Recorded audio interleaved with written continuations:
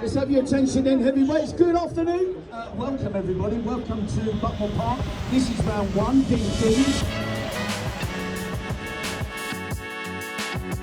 The big one to remember today, ladies and gentlemen, how many times do I have to talk about it?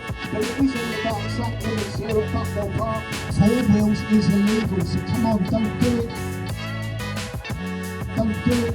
Don't do it. 4 wheels is illegal, so come on.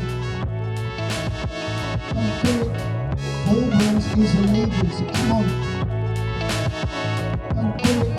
I'm going to talk about that. Welcome back everybody to a new season of Club100 Sprint Racing in 2022, where we're going to get straight on with heat number 1 at Club100 Park. Tim Penny then, driver with the blue helmet there on your right and the driver's right. Going to lead them away. Looks like a strong start from the pole side of the grid. I think Dan Giles was maybe caught napping a bit there. So got a good start for heat number 1.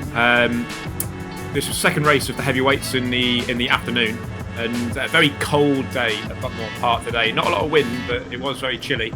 As Elliot Alt goes up the inside there, but we're able to cut back underneath him, saw that move coming, and as we make a run down towards the S's, we're able to get up the inside of the first one and take the line as we go down the hill through Simon Sweep. So lost the lead for a moment, but managed to get it back as we went down the hill. So we've got Alex Pritchard there, just going past Elliot Alt in the background, who we know has got some good speed as a good driver himself, but also in the 4-minute warm-up ahead of this race, we were having a little bit of a duel with each other, which was good fun. But at the end of lap 1, it is Tim Penny who leads.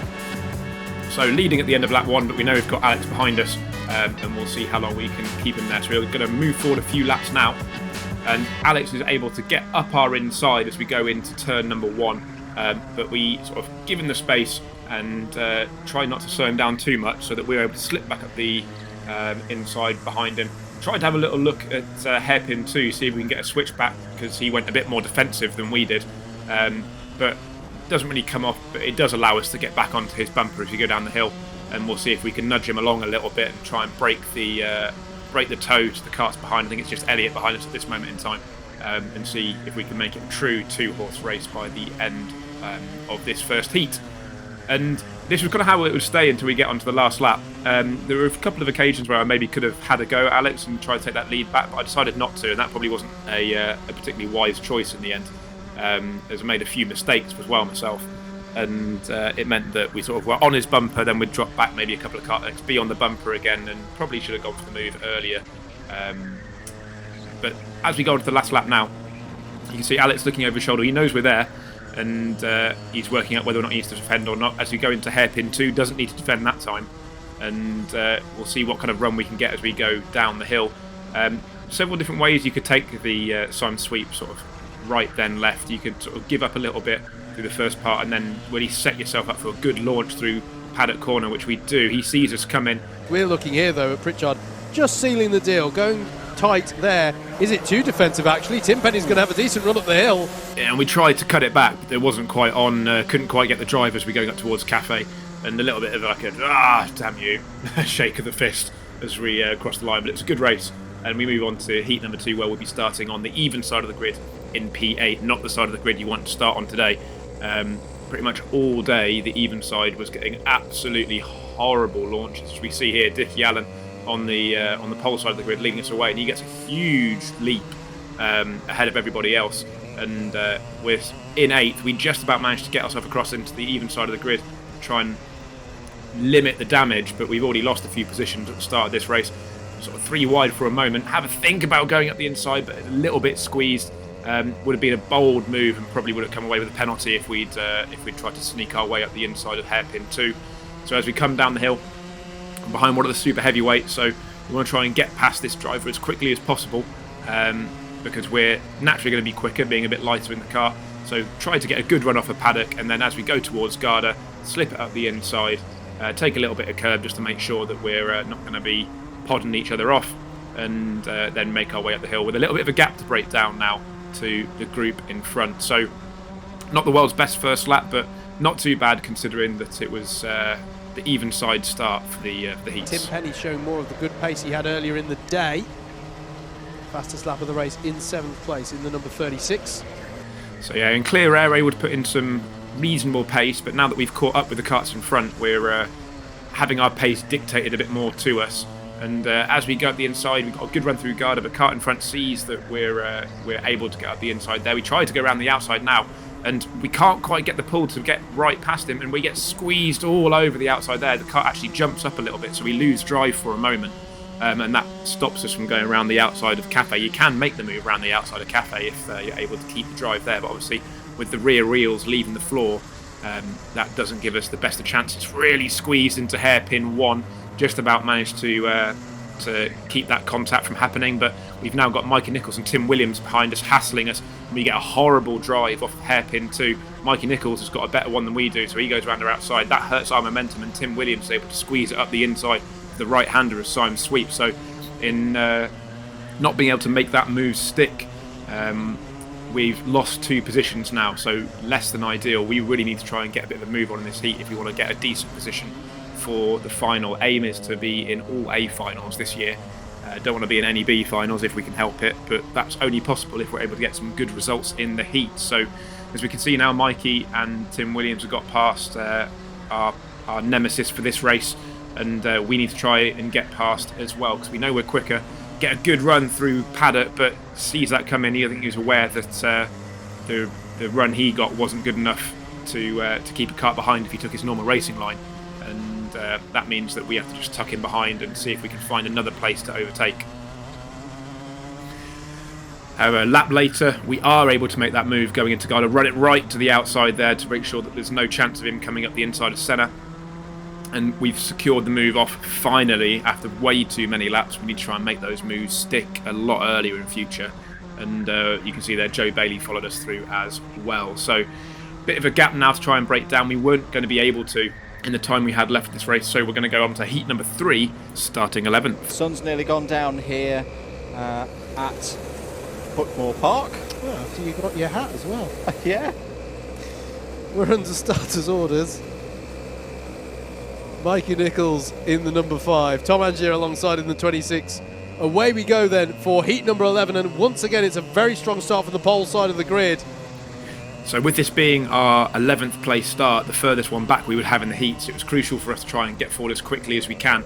So we're inside as we go in towards hairpin 1. We've got a couple of karts keeping the momentum better than we did round the outside, so not the best of starts so far. And we've got Mikey Nichols and Tim Williams that are at the head of this race, and we know from heat number 2 that they were able to get a better result than we were, so it's going to be important for us to try and get as quickly through the field as we can. Now, I've got to apologise for the very shaky footage in this race. The NASA panel was quite loose, so I've tried to trim it down as much as possible, but do feel free to skip forward if it's a little bit too much.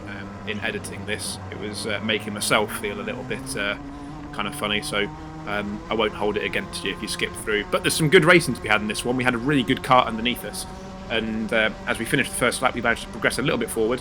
We've got Tom Angier in front of us here, another driver who puts his races up onto YouTube, Grubby Mango. Go and have a look at him on YouTube.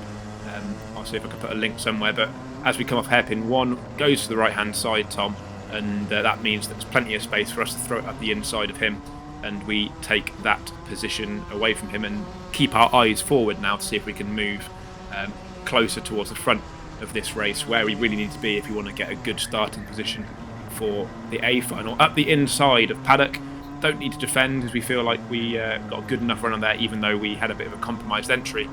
And then as we move on to the end of lap number 2, we'll skip forward until we're on the back of the next pack.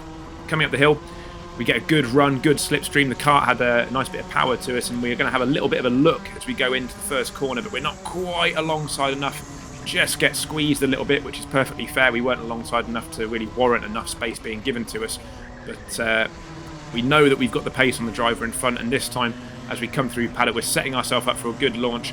Come to the inside for Garda, and as long as we can get to the apex side by side, we know we kind of got the job done. We can run it out towards the left, take the line through Senna, and that's us another position up as we got a little bit of space now again to try and break down and see what we can do as we cross the line with a little bit of a gap in front of us. Coming down the hill though, we've managed to get rid of that gap, and we're going to have a look up into Paddock as well. A good move if you can make it stick, because you can sometimes catch people a little bit by surprise, as Garda's probably the more common overtaking manoeuvre down at the bottom of the Butmore Park hill. But if you get a good run rather through Syme Sweet, you can make that move. You just got to be careful to keep your momentum up, otherwise you can get swamped a little bit on the exit. So as you can see now, we're up into 4th place, and we've got Kai Crawford in front of us in 3rd, who we've got about 2 laps or so to try and break this gap down. So as we go through the S's, you can sort of see that there's a fair little bit of distance between the two of us, but now that we've got completely clear air in front of us after another lap, you can see that gap is really starting to come down, and we're really close to being in the tow of the kart in front. And we already know that with this good kart underneath us, if we can get in the tow of the kart in front, we're really going to get a good slingshot up the hill. And we've managed to do that. We're right behind Kai now, pretty much on his exhaust. As we come up the hill, we're well and truly in that slipstream, and we're going to set the fastest lap of the race as we go for the move into the first corner as well. That's a cracking bit of pace from Tim Penny. 46.294. That's quicker than a lot of our lightweights from earlier on in the day. He's just taken a second out of... Where is he in relation to Kai Crawford? He's I think he's got by. I think Tim Penny's up into 3rd place. And at the end of this one, I was wishing that the race was 1 lap longer, because I felt like I had some really good pace, and maybe 2nd place would have been on the cards, but 3rd is still good. Checkered flag is out, so Tim Williams will come through here and take an impressive victory for this one. That's a brilliant drive by Tim Williams. Decisive moves at exactly the right time and controlled it from then on. Mikey Nichols in 2nd, Tim Penny with the move on the last lap, knew he had to push and made it stick against Kai Crawford. And so that would put us on 10th for the A final, on the outside where we didn't want to be. And for some reason, I don't know why, my GoPro decided to stop recording after the first couple of minutes. So we've got the graph here. As you can see, we sort of made one position a couple laps into the race, but then it was all kind of a little bit downhill from there. Didn't really feel like the kart we had was quite as competitive, especially as the one we had in the 30, and ended up 4th in class overall. So a little bit of a disappointing end, but I think overall it was a pretty good showing. Just the A final didn't quite go our way, but the fact that we still came 4th in class 2 sets us up well for a good championship push in 2023 in class 2, and we'll see what we can do next time at Shennington. But thank you very much for watching. Hopefully next time we'll have an A final to show you, and until next time, have a good one. Tim Penny, good test this. Yes. Hasn't brought his systems today. Has he not? No. Though Tim had a very good hit rate on avoiding the DDMM comms box curse last year by providing offerings to the altar. He hasn't done so today. I get it, yes. So if he has a bad one here, we know why.